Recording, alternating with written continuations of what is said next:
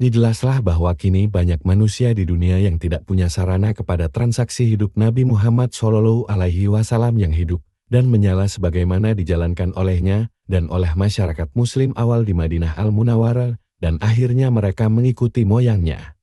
Betapapun jahil atau beradabnya jalan hidup itu, hanya karena mereka tidak tahu jalan hidup yang lebih baik atau jalan hidup lainnya.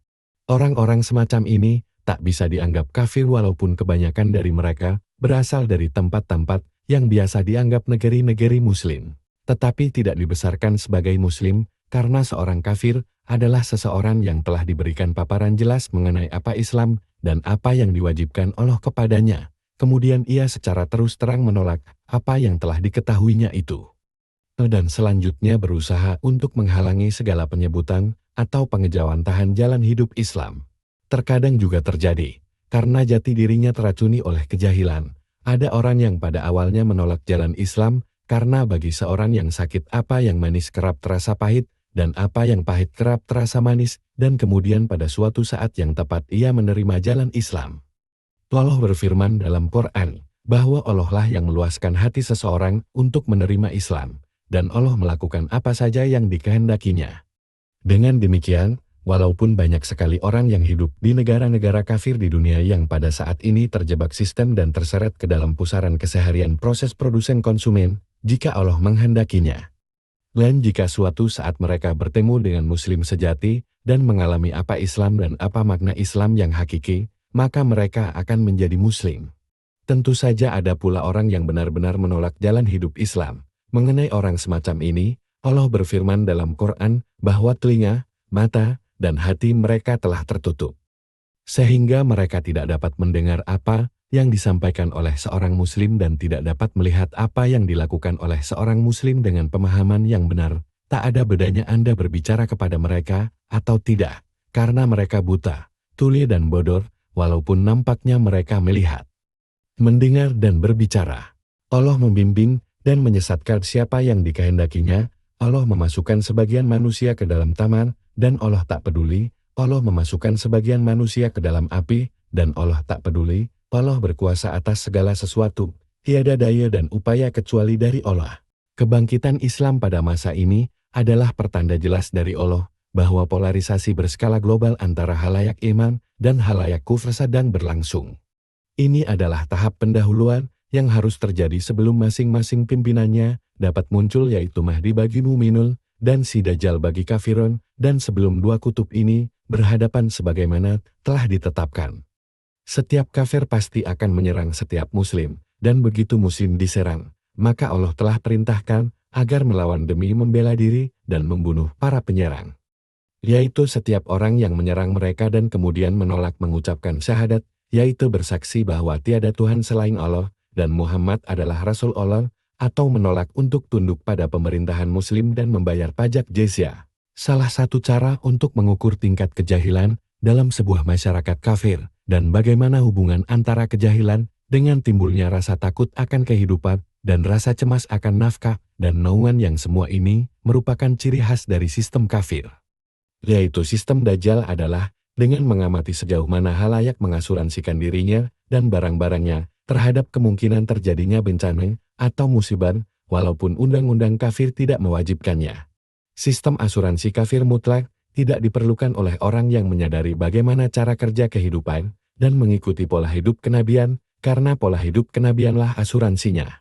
Karena setiap orang akan bertemu dengan akibat-akibat dari tindakan-tindakannya, baik di kehidupan ini maupun di kehidupan nanti.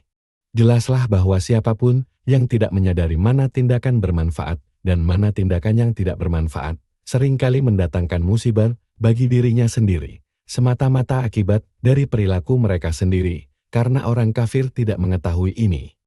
Maka mereka berusaha menghindari dampak musibah itu dengan ikut asuransi sebelum terjadinya musibah, bukannya dengan meninggalkan perilaku asli penyebab musibah itu.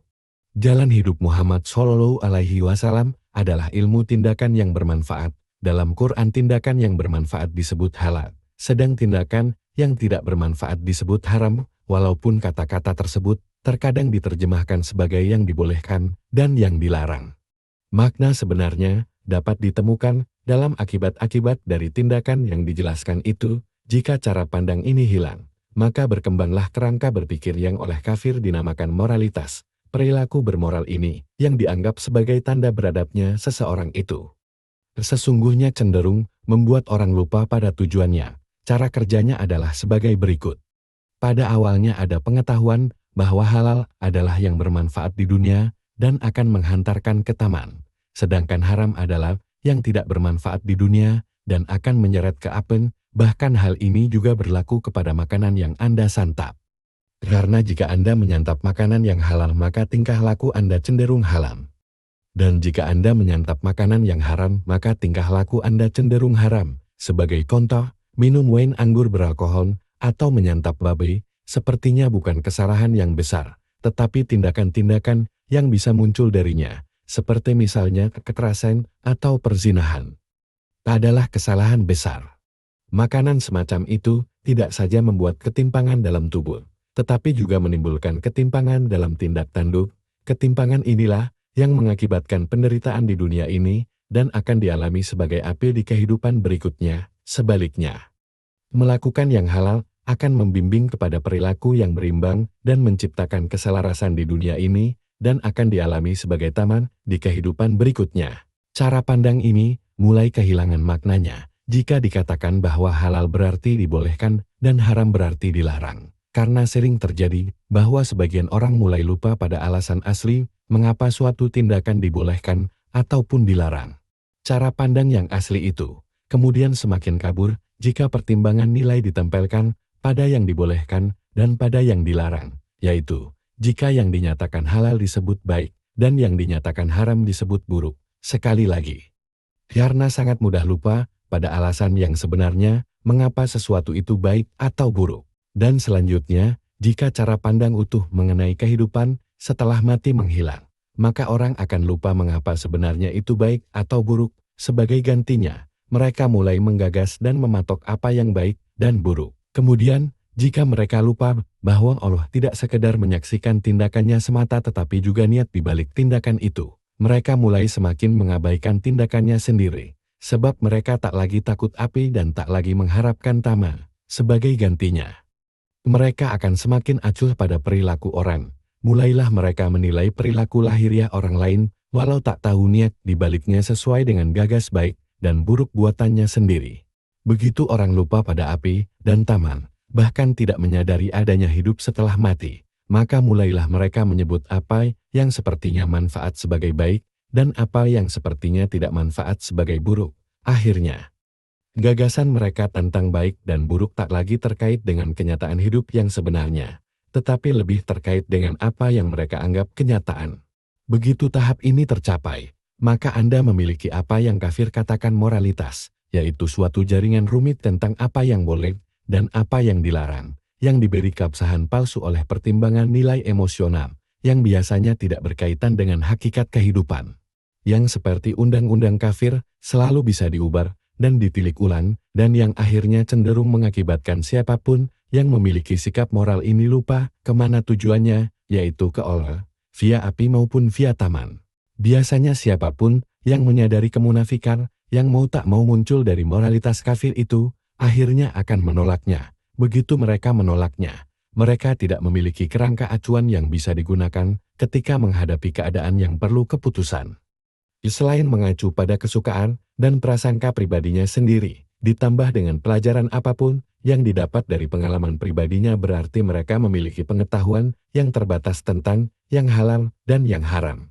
Yang akhirnya mereka capai dengan coba-coba, namun arti menyeluruhnya tidak mereka pahami, karena mereka tidak bisa mengkaitkan pengetahuan yang terbatas tentang yang halal dan yang haram itu kepada apa yang akan terjadi di kehidupan berikutnya. Maka kini mereka mempunyai pilihan, yaitu melakukan apapun sesuai hasratnya mencari kenikmatan dan menghindari kesakitan, atau mulai meniti sebuah perjalanan demi menemukan ilmu terpadu mengenai yang halal dan yang haram, yaitu dengan mengikuti jalan hidup Nabi Muhammad SAW. Jika mereka memilih yang pertama, maka mereka bergantung pada nafsu mereka sendiri dan pada tujuan-tujuan maya yang dijanjikan oleh sistem kafir, yaitu sistem Dajjal. Jika mereka memilih yang kedua, mereka akan mencapai pengetahuan yang halal dan yang haram.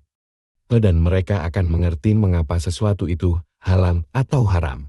Jika mereka mengikuti jalan hidup Nabi Muhammad SAW, menghindari yang haram dan melaksanakan yang halal, maka mereka akan mencapai ketenangan batiniah dan kesetimbangan lahiriah, dan semua ini membuat gagasan asuransi kafir jadi betul-betul konyol.